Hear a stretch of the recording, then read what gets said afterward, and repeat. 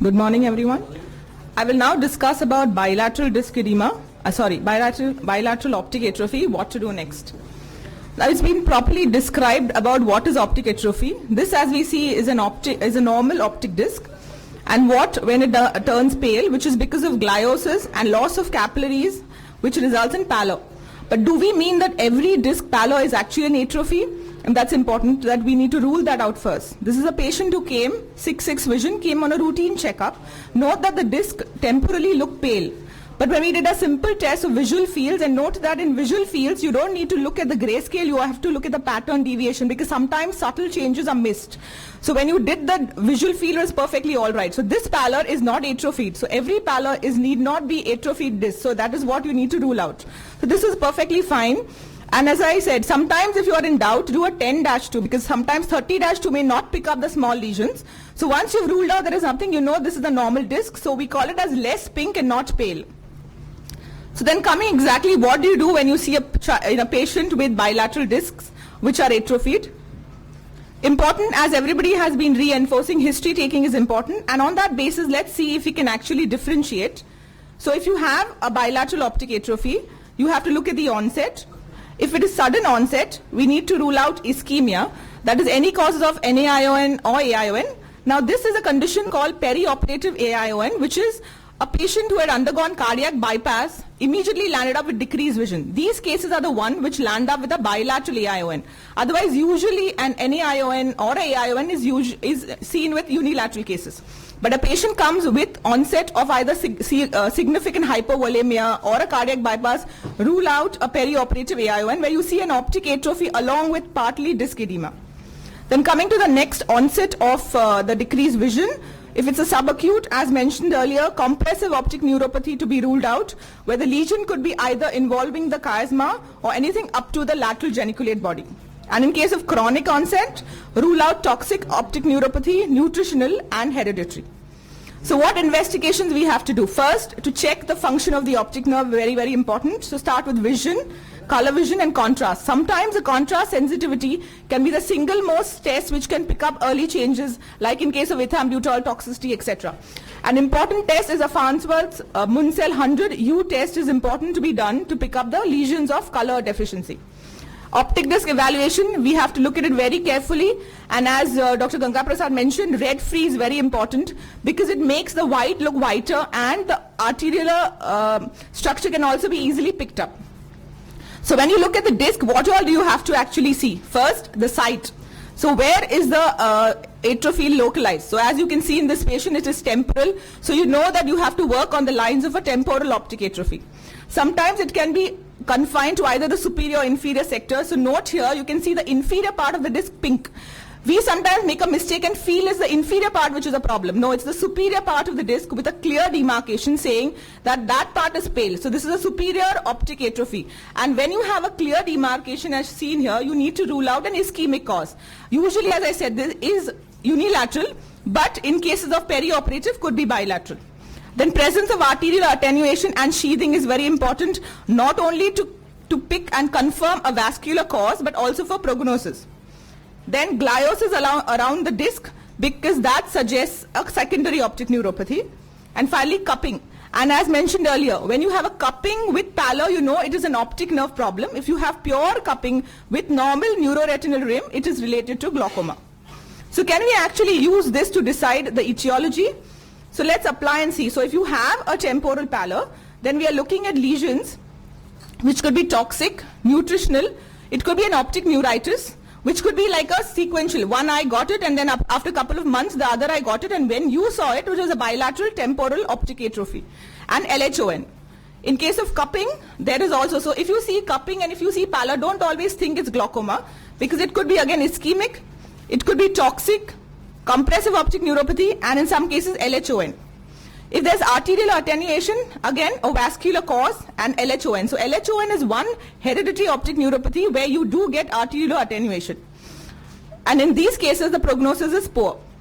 Then in bow tie, we are actually looking at a lesion of the contralateral optic tract or an optic chiasma. And when there's a peripapillary gliosis, we are looking at a neurological cause which is caused papilledema, So it's a post-papilledema. So you need to rule out, is there anything in the brain that has caused the papilledema, and therefore you are getting a peripapillary gliosis. However, note that none of these lesions are pathognomic of a specific type. So you have to keep this as in your backdrop, think about it in those lines, but have to exclude the others as well. So let's look at what is bow tie atrophy. Again, to reinforce, the superior and inferior part of the optic disc poles are perfectly pink, but what is missing is the nasal and the temporal, which are become pale. And this is basically what we call as a bow tie atrophy. So this patient presented with bow tie atrophy in one eye, the other eye had a temporal pallor, and when we did the visual fields, you note that basically the right-sided fields were affected. So this is a homonymous hemianopia of the right side. Patient actually had a craniopharyngioma, which had spread onto the left optic tract. So this will tell us what we are looking at for. Then this again a picture of what is post-papilledema atrophy. You can see the amount of gliosis around the optic disc, which is turned pale. This is a patient after ONSD. This is how the discs looked. And then you have an appearance like this. So when you think about it, note that the patient may have had papilledema initially. Then, as mentioned by Ganga Prasad, you need to look at the retina. Just don't look at the disc. Sometimes when we see a pale disc, we forget what is there beyond. So do not forget to see the retina, because sometimes that gives the clue.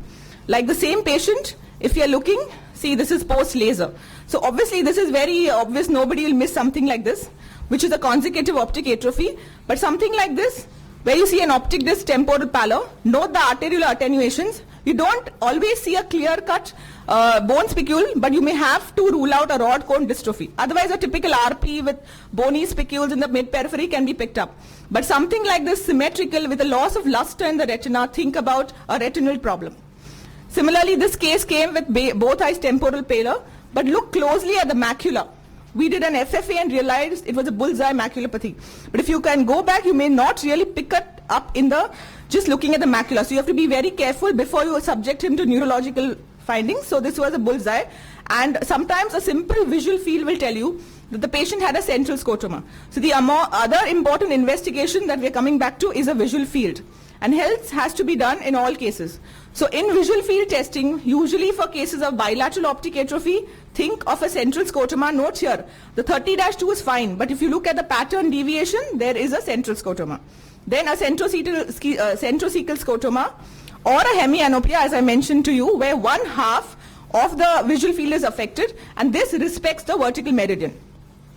So if we have a bilateral optic atrophy, let's look at whether we can actually lead it to this helps us lead to an etiology. So if you have a central or a centrocecal scotoma, think of a toxic neuropathy or a nutritional neuropathy, optic neuritis. Actually, optic neuritis can behave in any form. It can be like central, centrocecal, altitudinal, arcuate, anything. But you can also think in those lines, and LHON. If it's an altitudinal or arcuate, again ischemic is one cause, because you know it actually has a clear demarcation and therefore it tends to present in an altitudinal or arcuate fashion, and again optic neuritis. And if it's hemianopia, that means we are looking at something which is respecting the vertical meridian. Think beyond the eyes. That means we are looking at a neurological cause. So we are trying to rule out a compressive optic neuropathy, which in case it's heteronomous, we are looking at a bitemporal hemianopia, which is a chiasmal tumor. If it's homonymous, it's an optic tract lesion, which I gave an example about. So just coming back, again, as I mentioned, they are not pathognomic, but when you look at these field tests, you have to try to work in that direction. So this is a similar patient. We have homonymous, but this is this is hemianopia, but heteronymous. So this is a pituitary adenoma. The patient presented with temporal pallor, but the visual field clearly showed that this is a bitemporal hemianopia. Then the other investigation which has been done normally is an OCT of the optic disc. This is obvious that when there is a disc pale, you are going to find that the optic nerve is also going to show that it is flat. So you look at the RNFL values, and here we are getting in both eyes is significantly less than the normal, and we are getting values less than 80, which is obvious. But sometimes this can help us follow up cases. Like we tend to see patients of pituitary macroadenoma who have a normal optic disc. We tend to do this and follow over time, and over time we can actually make out if the OCT levels are coming down, and therefore we can tell the neurologists or the neurosurgeons to go ahead with removal or not. So these can help us to prognosticate, not just to figure out or reach a diagnosis. Then very important that if you're not able to reach anything, please do an MRI scan to rule out any space occupying lesion. And in cases of nutritional optic neuropathy, important that we do the serum vitamin B12 levels.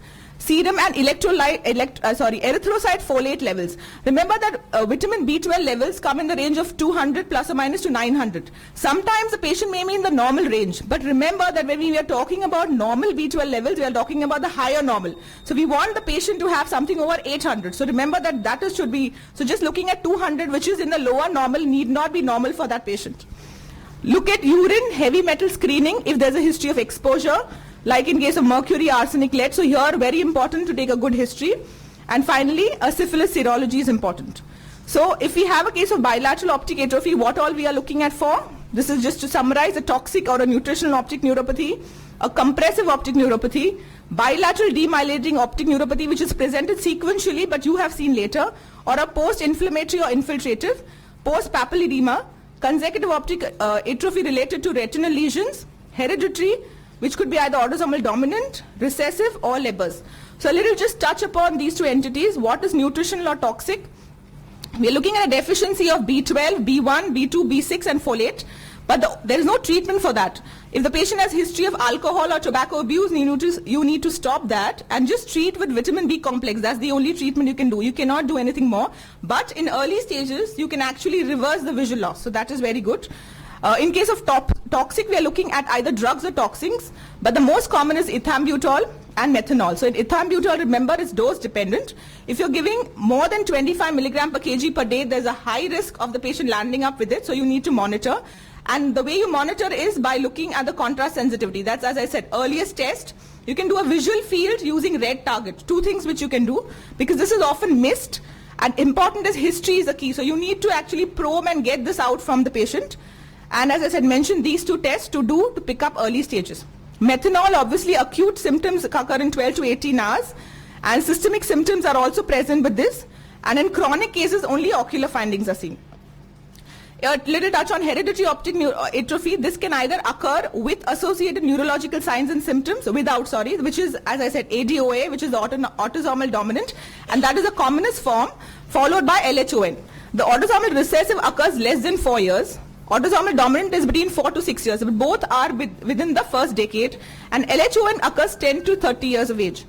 The other one is with associated neurological signs and symptoms, and finally with systemic disease. So this is the 3 ways you can classify hereditary optic atrophy.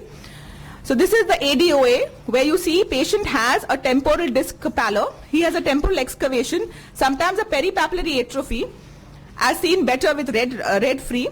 And they usually have a centrocecal or sometimes a temporal field defect, which may give us the impression this is a chiasmal tumor. But note that in these cases, it does not respect the vertical meridian like a neurological case. This tends to cross over. And so in this case, rule out a ADOA. And because they have the specific gene mutation, which you can actually detect and find out the cause. And finally, Leber's hereditary, which usually affects the young adult males. The visual acuity worsens for the first 4 to 6 weeks, step ladder loss. So it first affects one eye, and within few weeks and months the other eye. So sometimes you may in fact see only one eye involvement, which happens within 6 months. There is a mitochondrial inheritance, so positive family history is very important to be elicited. Disc chromatopsia, again the same color vision chart which you have to use to pick up the problem, and a central field defect. Classical is, the feature is that the pupils are perfectly normal. And you have a classical triad of pseudoedema with telangiectatic microangiopathy, which do not leak on FFA. But in the later stages, after the visual loss is come in, what you find is an appearance like this, where there's disc pallor with attenuated arterioles. So you see attenuated arterioles, a disc pallor with a family history, then you're thinking of LHON. Here also note cupping is present. So the treatment, again, none. You have to try to get a genetic mutation to figure out the cause. And supplements is like multivitamins, which include folate, vitamin B12, thiamine, and certain antioxidants can be given for the same. Thank you.